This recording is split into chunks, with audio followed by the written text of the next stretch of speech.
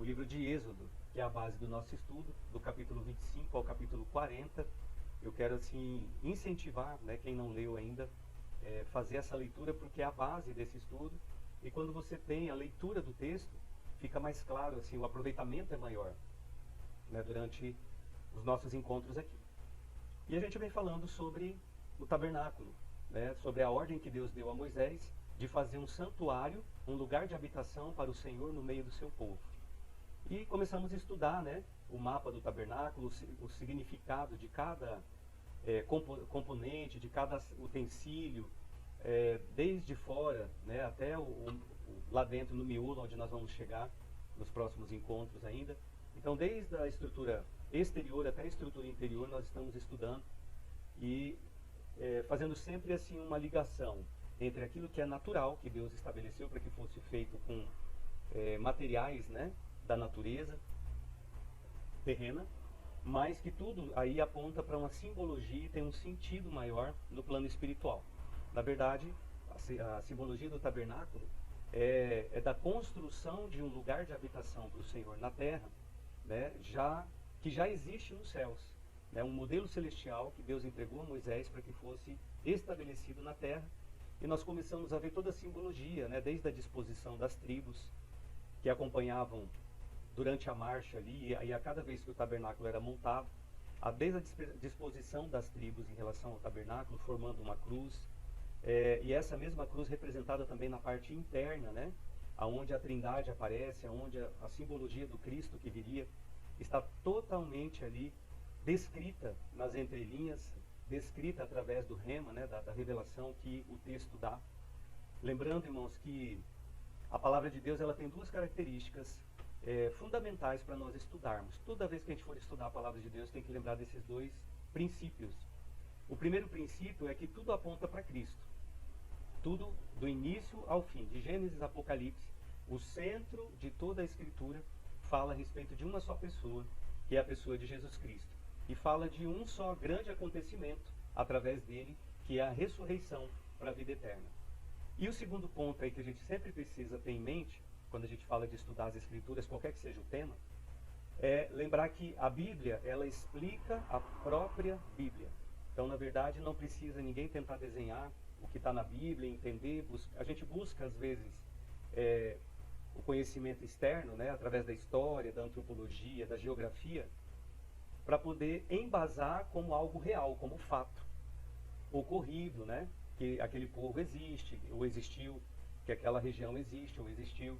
Então, outras ciências ou outras ferramentas são utilizadas para dar a veracidade do que as Escrituras nos ensinam, né? Mas uma coisa que precisa ficar entendido sempre é que a Escritura, a Bíblia, ela explica a própria Bíblia. Então, tudo aquilo que você tiver de dúvida sobre a própria palavra responde. Basta aí procurar analisar, né, e se aprofundar no conhecimento. E aí, falando do tabernáculo, estudamos de fora para dentro a estrutura, desde as tribos no seu exterior, a cerca, o portão, né, de entrada, a simbologia de cada um desses itens. Lembrando que esse material está disponível lá no Google Drive da IFD. Se você não baixou ainda, é só entrar lá e baixar. Qualquer dificuldade, entre em contato comigo aqui, eu mando o link e você pode ter acesso a esse material e também a apostila que fala a respeito do tabernáculo. Amém? Falamos sobre a simbologia da porta, que representa os evangelhos, as características do Cristo. Né? Falamos aí sobre a questão das ofertas também, e a presença de Deus manifestada tanto na coluna de fogo, né, que descia sobre o tabernáculo, como na nuvem que conduzia o povo durante a marcha, mas que quando eles paravam e montavam essa estrutura móvel do tabernáculo, lembrando que o tabernáculo ele representa a casa de Deus de maneira móvel, que se movimenta, né? Hoje, a casa de Deus em movimento somos você e eu. Graças a Deus, graças a Jesus Cristo. E uma vez entrando pelo tabernáculo, nós falamos daqueles utensílios que estão do lado de fora da tenda. Falamos sobre o altar de sacrifício, né? Falamos aí sobre a bacia de bronze ou o lavatório também. E começamos a falar e introduzimos já, né, algumas características a respeito da cobertura da tenda. Falando aí das características do Cristo também representadas em cada camada de cortinas que Deus estabeleceu para que fossem feitas para cobrir a tenda, sendo que a mais exterior não tem beleza aparente, não tem nenhuma, não tem cores, não tem muita vida, né? Feita de couro de texugo. E à medida que vai partindo para as camadas inferiores, para o interior, então vai ganhando mais cor, vai ganhando mais nobreza, mais realeza, né? E aí a gente também vê um reflexo, um apontamento com Cristo, para Jesus, porque olhando exteriormente não tinha grande formosura, nem era, né, de grande aparência, mas à medida que nós conhecemos a esse Cristo intimamente, por dentro, né, no seu conteúdo, na sua essência, nós vamos encontrar grande beleza e um esplendor também muito grande. E hoje nós vamos aqui entrar dentro da tenda, vamos entrar no primeiro lugar, chamado Lugar Santo. Lembrando que a tenda ela é dividida em dois ambientes, né? Sendo o primeiro ambiente o Lugar Santo e o segundo ambiente o Lugar Santíssimo. Hoje nós vamos adentrar a tenda falando sobre o Lugar Santo. Então, partindo desse slide aqui, você que acompanha, né? Nós vamos falar sobre algumas características. No Lugar Santo, que é esse primeiro ambiente que está descrito, se você olhar na imagem, né? A gente tem uma estrutura aqui, é como se tivesse a tenda descoberta para poder olhar ela por dentro. Então, no primeiro ambiente, chamado Lugar Santo, que é o que a gente vai falar hoje, nós encontramos ali três objetos, três utensílios, né, que Deus estabeleceu para que fossem construídos e dispostos nessa posição ali dentro do Lugar Santo. Então, quando você entra no Lugar Santo, a gente vai falar de cada um desses itens, mas você teria, ou tem ali, né, hoje existe uma réplica do tabernáculo original, que pode ser visitado em Israel, e quando você entra, ou quando os sacerdotes entravam dentro desse lugar chamado Lugar Santo, então essa pessoa, né, entrando ali, qualquer pessoa se depara com três objetos. À sua esquerda, o candelabro, ou chamado também de menorá, que servia para iluminar o ambiente. À direita, a mesa com os pães da proposição, e à sua frente o incensário, né, ou o altar do incenso, onde eram apresentadas orações. Na sequência, você vai ver um véu do lado esquerdo ali, preso à coluna, né? Esse véu fazia a separação, era usado para fazer a separação dos dois ambientes, e depois do véu, então, ficava a Arca da Aliança, símbolo máximo da presença de Deus, onde a presença de Deus, o kabod, né, de Deus estava sobre a arca ali, o próprio Deus estava naquele ambiente, manifestado, como eu já falei, numa coluna de fogo ou numa nuvem, né, de fumaça. O fogo durante a noite, a fumaça durante o dia. E depois nós vamos falar sobre esse ambiente chamado Lugar Santíssimo, onde um único objeto está ali, que é a Arca da Aliança, sobre o propiciatório, e também o propiciatório, né? Mas é uma coisa só, o propiciatório é a tampa. Depois a gente fala disso. Hoje nós vamos nos concentrar no Lugar Santo. Amém? Então o Lugar Santo ele tem algumas características, né? Primeiro, somente os sacerdotes podiam entrar para prestar culto. Então, lá em Êxodo, é uma ordem direta do Senhor, através de Moisés, para o povo e para os sacerdotes, que apenas os sacerdotes escolhidos pelo Senhor e nomeados por Moisés, né, da linhagem de Arão, poderiam oficiar dentro do tabernáculo. Então, lembrando mais uma vez que o povo não tinha nenhum acesso dentro do tabernáculo, nem no átrio, que é a parte exterior, e nem dentro da tenda, na parte interior ali, muito menos. O lugar era completamente consagrado, né? Santificado, e apenas as pessoas com autorização poderiam adentrar, até porque ali, como eu disse no encontro passado, o povo ele não tinha acesso direto à presença de Deus, como nós temos hoje.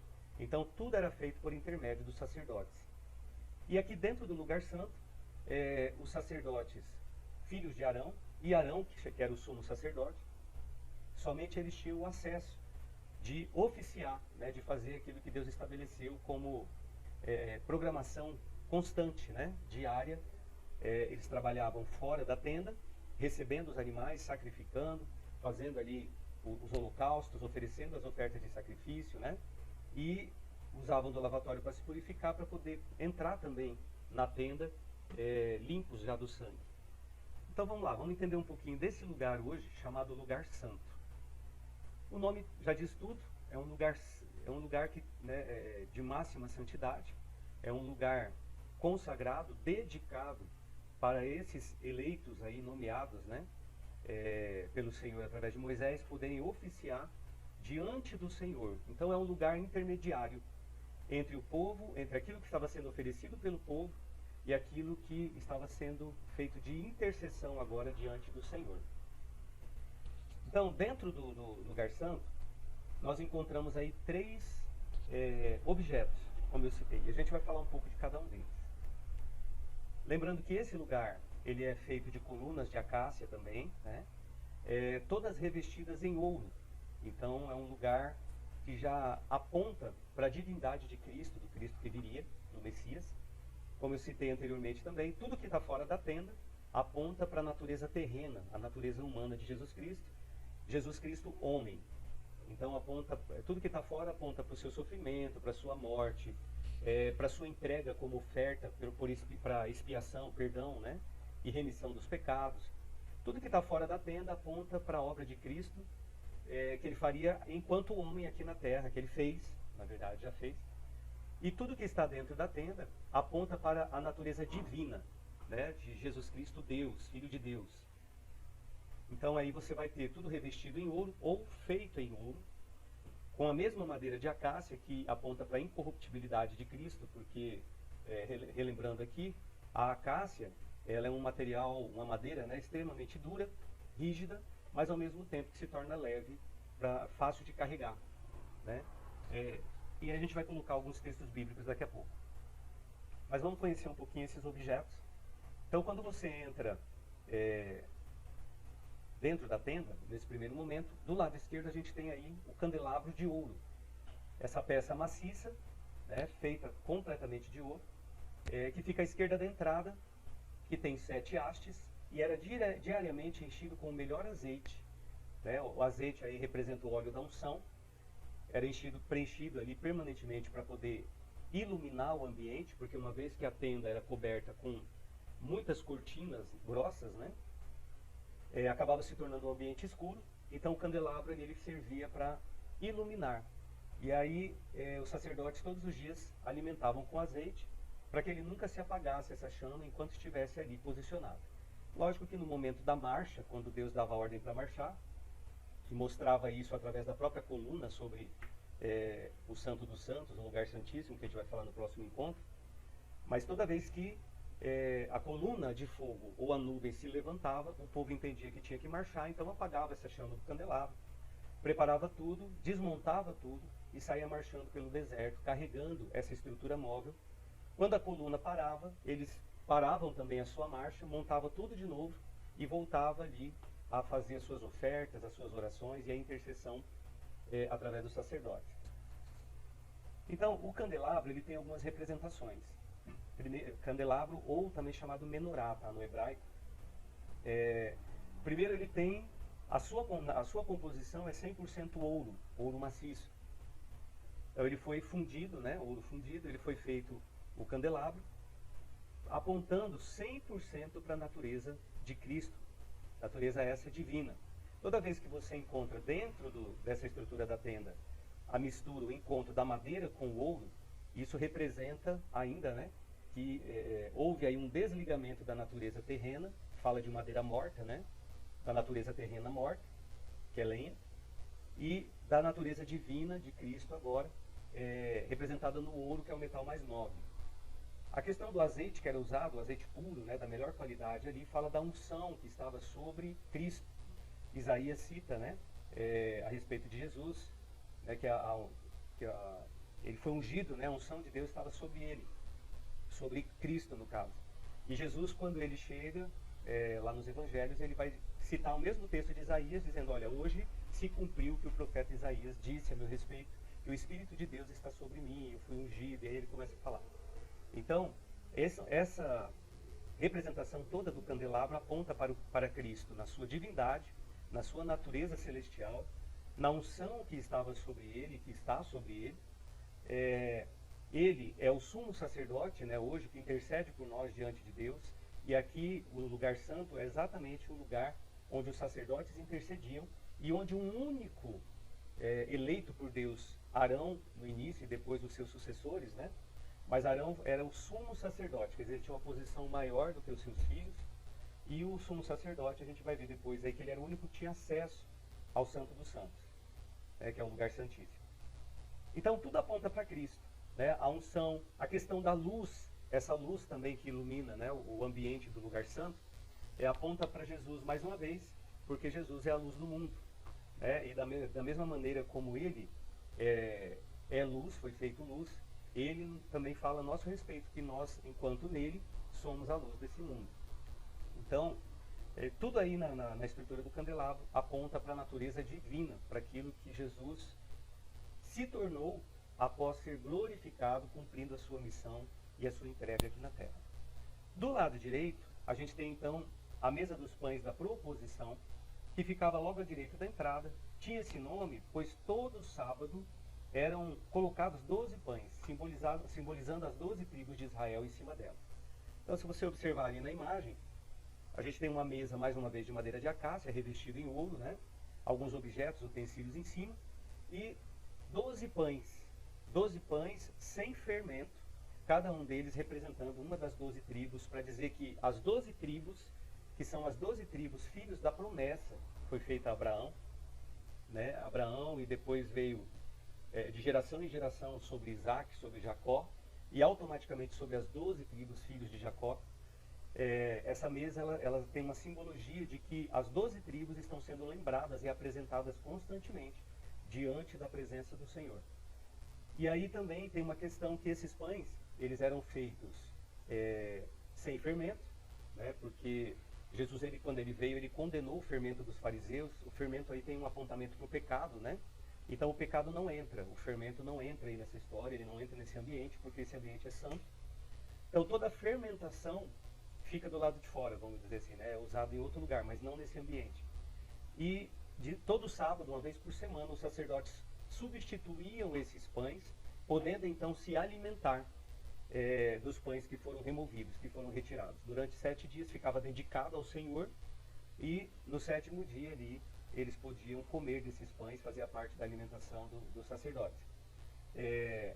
A palavra fala, por exemplo, que Davi com seus homens, quando tiveram fome, né, eles entraram e comeram desses pães, e não foram condenados por isso, né?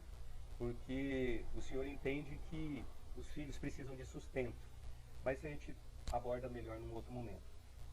E um outro objeto importante que tem aí, terceiro, né, objeto, é o altar de incenso, que está um pouquinho mais à frente, que fica exatamente diante do véu que faz separação dos dois ambientes, do lugar santo e do lugar santíssimo.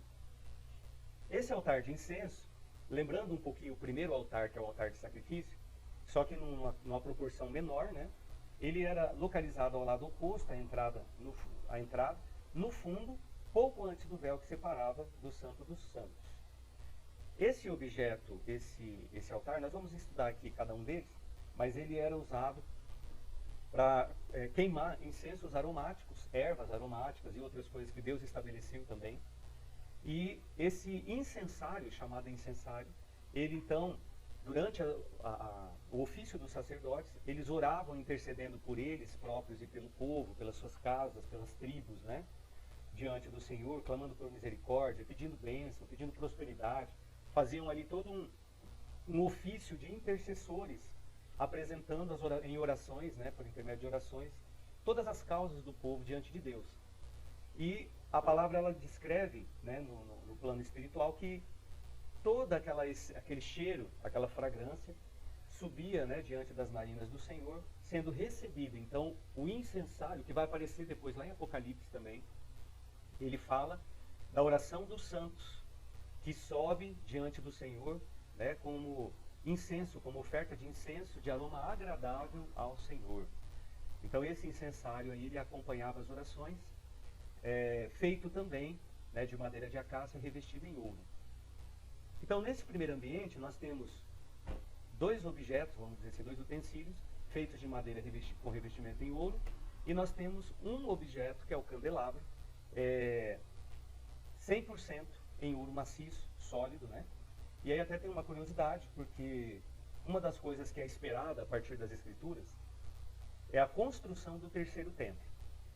Existiu essa estrutura do tabernáculo, foi usada durante muitos anos, até que ela foi abandonada, substituída posteriormente, provisoriamente, pela tenda de Davi, né, pelo tabernáculo de Davi. Depois da morte de Davi, Salomão constrói o primeiro templo. O primeiro templo é destruído, né, através de guerras com o povo de Deus. Então, é reedificado mais tarde o segundo templo. Esse segundo templo também é destruído. E espera-se hoje pela construção do terceiro templo.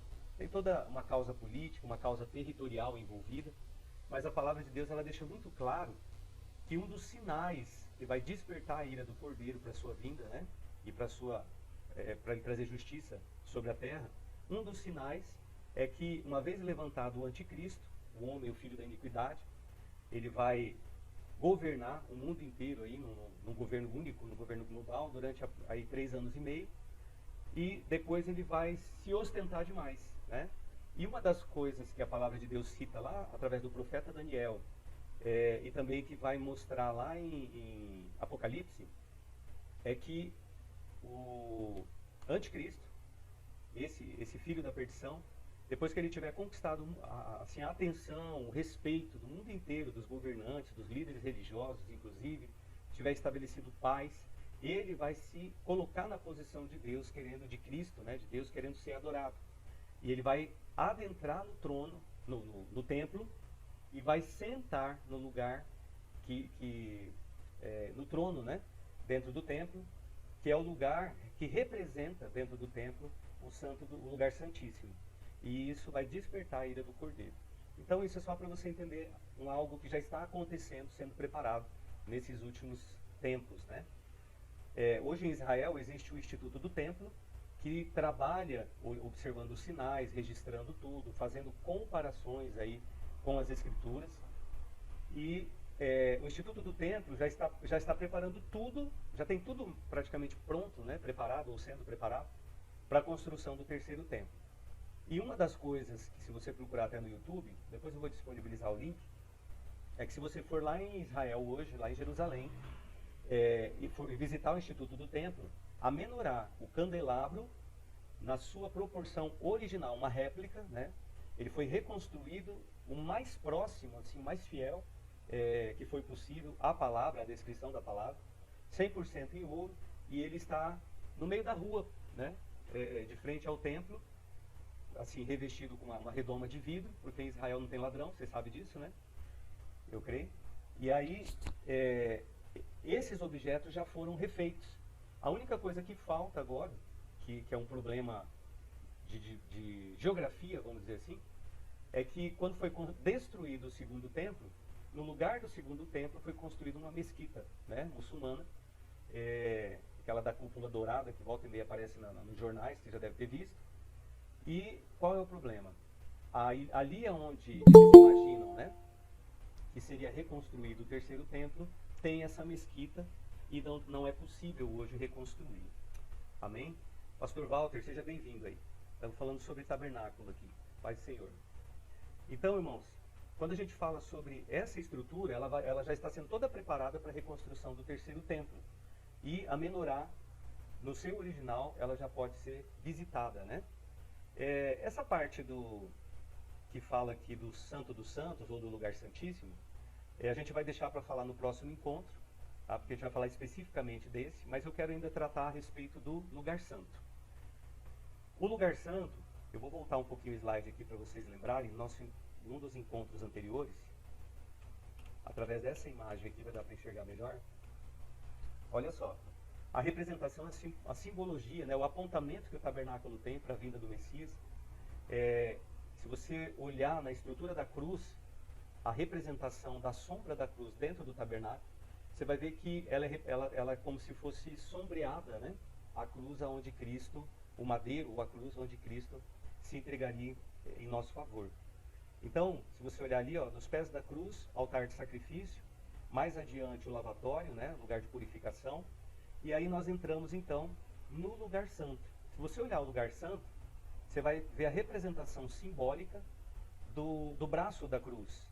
À esquerda, o candelabro, à direita, a mesa com os pães da proposição, e na ponta, né, quase no final, quase no topo, o incensário, o altar do incenso que nós estamos vendo ali. E lá na ponta, depois, a gente vai falar da Arca da Aliança, que é a presença de Deus.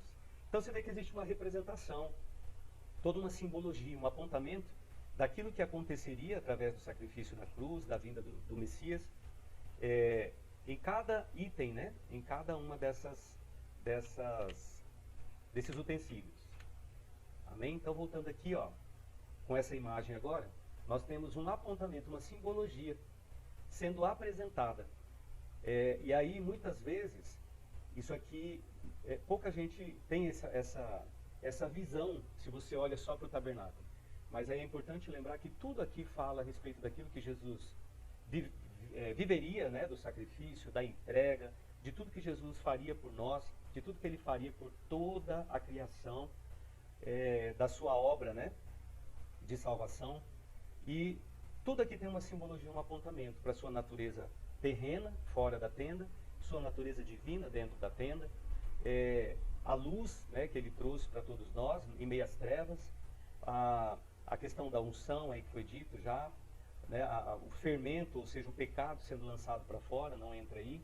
E esse lugar também, que é o altar de incenso, que tem toda uma simbologia, porque a palavra de Deus fala que Jesus hoje ele é um sumo sacerdote que intercede por nós diante do Pai. Então, Jesus está intercedendo nesse momento, a cada momento, por cada um de nós, né, bem como o Espírito Santo também. Mas a palavra trata especificamente aí de um sumo sacerdote chamado Jesus Cristo, que é o nosso sumo sacerdote, que intercede por nós a todo momento. Amém? Lembrando, irmãos, que você pode interromper aqui, pastor Walter, se quiser fazer alguma contribuição com a gente nesse assunto aí, nessa noite, né? Fica à vontade, pastor Walter. Quiser colocar alguma coisa, se alguém tiver alguma dúvida também, a gente vai procurar tirar da melhor maneira aqui. Então vamos lá. Quem entrava na tenda? Quem tinha acesso à tenda? Como eu já disse, o Senhor, ele, através de Moisés, ele estabelece um grupo específico de pessoas, né? Chamados então, eleitos aí, então, sacerdotes, e um sumo sacerdote, que era Arão, e somente Arão e seus filhos tinham acesso dentro da tenda, dentro do tabernáculo, dessa estrutura aí que a gente está estudando. E para eles entrarem lá não era de qualquer jeito, não era qualquer pessoa, não era de qualquer jeito, o que vai nos ensinar bastante, porque isso fala muito a respeito da maneira como nós entramos na presença de Deus, né? Porque muita gente acha que vai entrando de qualquer jeito e vai, né, sem muita reverência, sem se preocupar com a maneira como vem. Então isso aqui vai nos ajudar a ter um crescimento até espiritual e de entendimento em relação a entrarmos na presença diante do Senhor. Então vamos lá. Primeiro, tanto o sumo sacerdote que está aí à esquerda como os sacerdotes, né, eles tinham uma veste especial. Essa veste também está lá no livro de Êxodo, e também em Levítico, alguns textos que nós vamos usar aqui, vai falar sobre essa questão de vestuário, de quem era separado, quem foi eleito, né, chamado, que é Arão e seus filhos primeiramente, depois seus sucessores. E aí a gente vai notar que essa veste aí, toda bonita, né, toda preparada, e que também tem toda uma simbologia, era usada para tanto os sacerdotes como o sumo sacerdote adentrarem na estrutura do tabernáculo e poderem ali oficiar pelo povo diante do Senhor. Então, as vestes para entrar no santuário. Vamos lá. Arão, ele tinha que vestir roupas de linho para entrar no santuário. A túnica, ceroulas, um cinto e uma mitra, que eram vestes santas, né? Está lá em Levítico 16:4. E aí a gente vai pegar alguns textos aqui para dar base nessa noite. Se você tiver com a sua Bíblia aí, puder acompanhar ou estiver anotando, lá em Levítico 16:4, né, a palavra, o Senhor está dizendo assim: vestirá ele a túnica santa de linho e terá ceroulas de linho sobre a sua carne, e cingir-se-á com um cinto de linho e se cobrirá com uma mitra de linho. Estas são vestes santas, por isso banhará a sua carne na água e as vestirá. Então vamos entender uma coisa. Lá no deserto ainda, né, na lei, o sacerdote ele já precisava se vestir adequadamente, sendo que na veste, né, na sua vestimenta, tudo tem uma simbologia, a gente vai estar falando de algumas coisas aqui. E ele precisava se banhar, ou seja, né, ele precisava estar limpo, se limpar, se purificar. Em algumas algumas ações do sacerdote, quando ele lidava com os animais ali, que representavam impureza, pecado, né? Em alguns casos ele tinha que pegar a roupa que ele tinha usado ali e lançar fora, porque era considerado imundo em algumas ocasiões, que a gente vai ver mais para frente, né, quando a gente estudar sobre as ofertas que o povo apresentava. Mas olha isso, aqui está dizendo que o sacerdote ele precisava estar limpo, né, quando fala de banho, e ele precisava estar vestido adequadamente. E hoje é da mesma forma, porque hoje a palavra, né, fala a nosso respeito, que nós somos sacerdócio real. Nós somos, né, o Apocalipse aponta para cada um de nós, né, como reis e sacerdotes.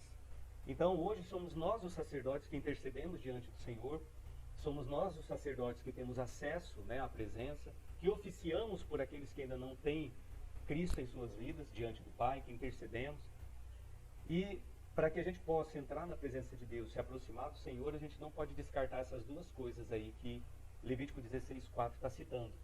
A primeira é se purificar, estar limpo, né? Se limpar cada dia mais. O Senhor, na sua palavra, Ele nos exorta, né? Sede santos como eu sou santo. Então, inclusive na própria, a gente vai ver aí, na própria vestimenta do sacerdote, né? Ele tinha uma inscrição que dizia santidade ao Senhor. Então, a santidade, a limpeza, a purificação, o banhar-se aí, que para eles era banho com água, né? Banho normal, natural, mas que hoje a gente pode entender como ser lavado e remido no sangue do Cordeiro, né? Se lavar, se limpar de toda a impureza para poder chegar adequadamente na presença do Senhor. Então, uma coisa é a purificação, é o banho, é a limpeza. E a outra são vestes santas, né? Vestes apropriadas. Então, Apocalipse vai dizer aí a respeito, né, de vestes nupciais, de vestes brancas, de linho. O linho branco aí, né, ele representa, em todos os textos, o linho ele é tratado como linho puríssimo, né, e ele aponta para a santidade, como já foi dito em outros encontros. Então, tudo aí tem uma simbologia e uma representação, né? O sumo sacerdote, ele tirava suas vestes suntuosas e se vestia como os demais sacerdotes para oficiar no dia a dia. Mas no dia que ele ia entrar no Santo dos Santos, no lugar santíssimo, e a gente vai falar disso no próximo encontro, ele precisava de uma preparação maior e ele precisava estar ali tão puro, tão limpo, tão santificado, porque qualquer deslize dele, qualquer coisa que, motivo de acusação que houvesse, ele era passivo, estava passivo de ser morto diante da arca, lá no Santíssimo, né? No lugar Santíssimo. Mas isso aí a gente vai falar mais pra frente. Então aqui, a gente vê nessa imagem, os sacerdotes e o sumo sacerdote, né? Oficiando dentro do lugar santo, e ali eles passavam o dia, dentro e fora da tenda, atendendo o povo, né? Recebendo os animais, as ofertas, preparando, colocando os holocaustos, fazendo a manutenção também dentro do lugar santo, aonde ali eles apresentavam as orações, como eu já disse, mantinham sempre a chama do candelabro acesa, porque Jesus, apontando para Jesus aí, que é uma chama que nunca se apaga, né?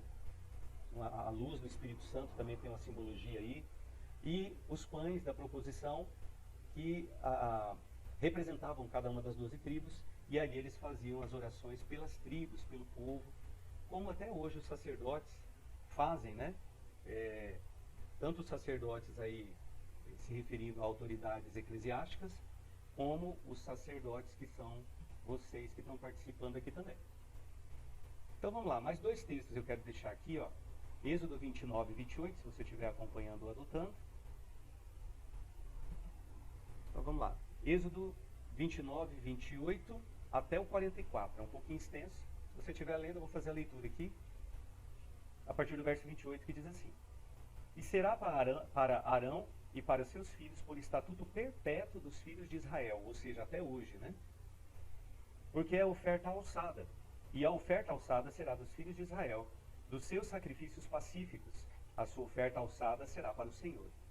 E as vestes sagradas, que são de Arão, serão de seus filhos, depois dele, para serem ungidos com elas, para serem consagrados com elas. Então as vestes aí são, o posto de sumo sacerdote é hereditário, né?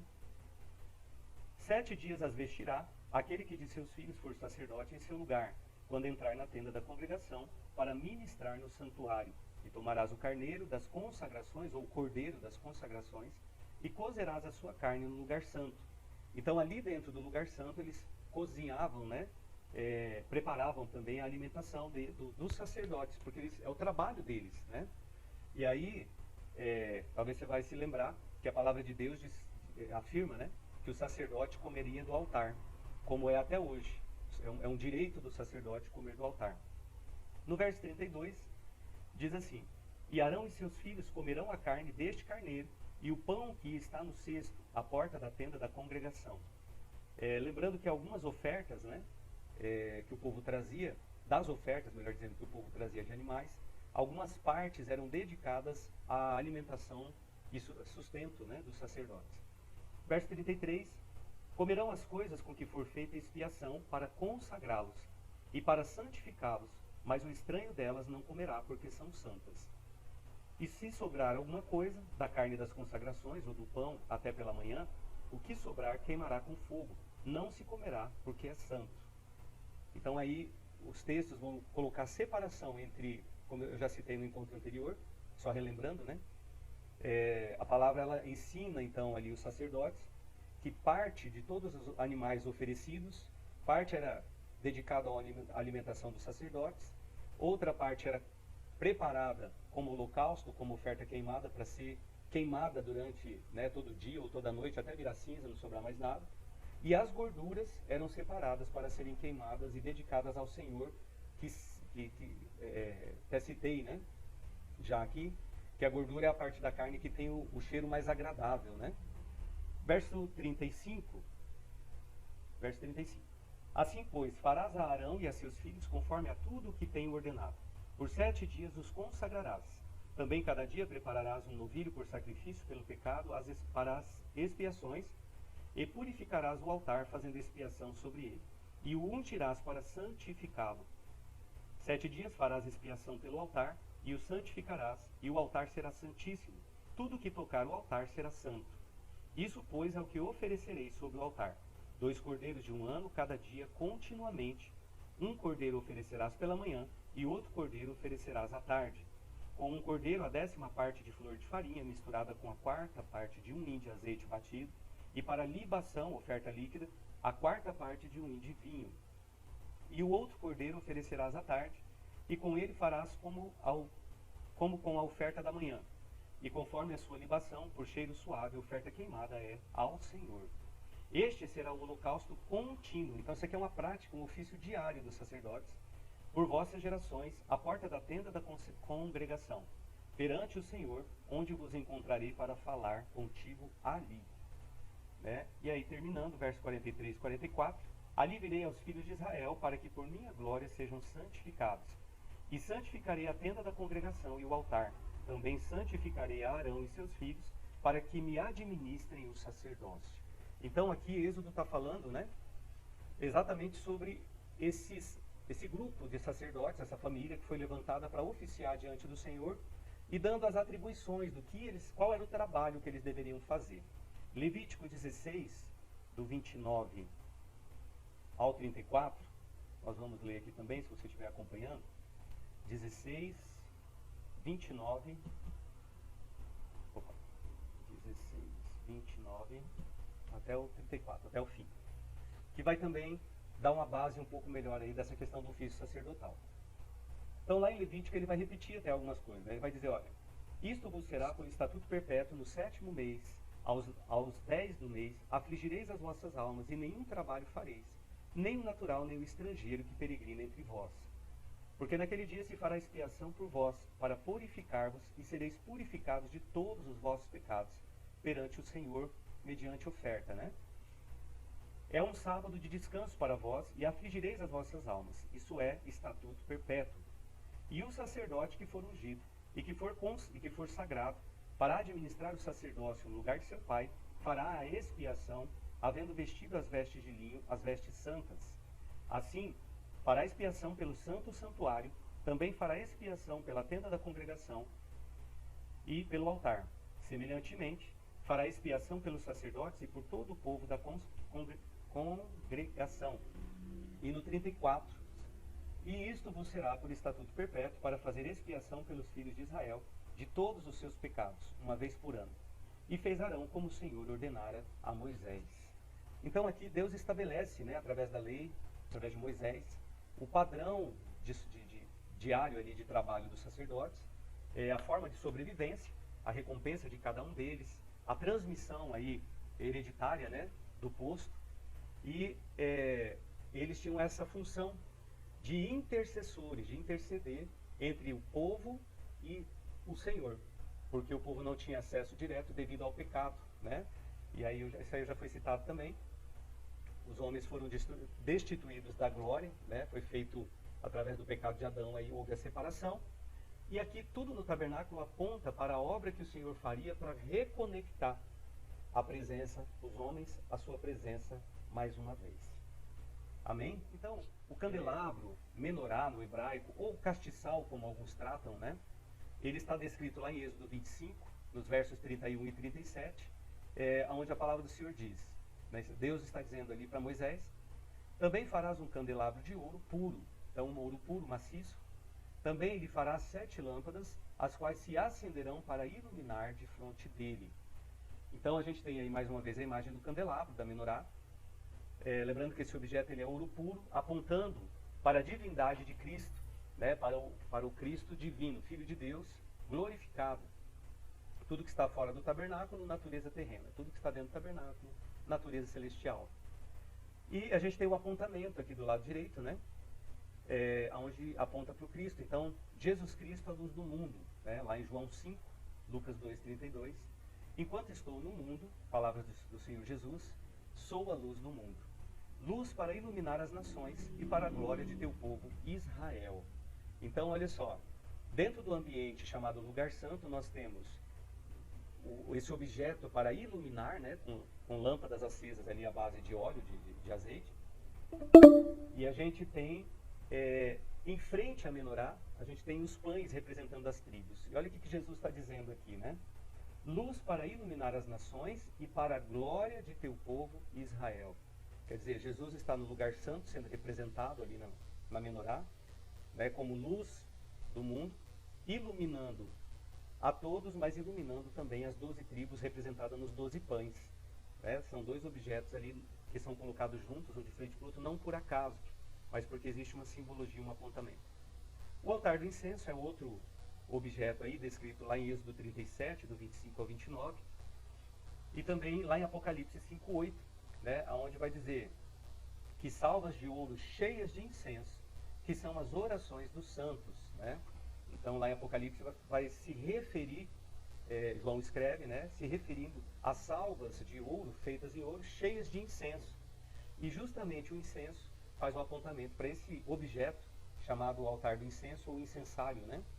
E ali, diante dessa oferta de aromática, os sacerdotes, como eu já disse, apresentavam orações de intercessão por todos os santos ou por todo o povo. E o apontamento aí na simbologia, né, partindo aí para o plano espiritual e na tipologia bíblica do que Cristo viria fazer na Terra, lá em Jesus Cristo, nós temos o nosso supremo intercessor. João 17:20 escreve, né? E não rogo somente por estes, mas também por aqueles que pela tua palavra hão de crer em mim, ou haverão de crer em mim.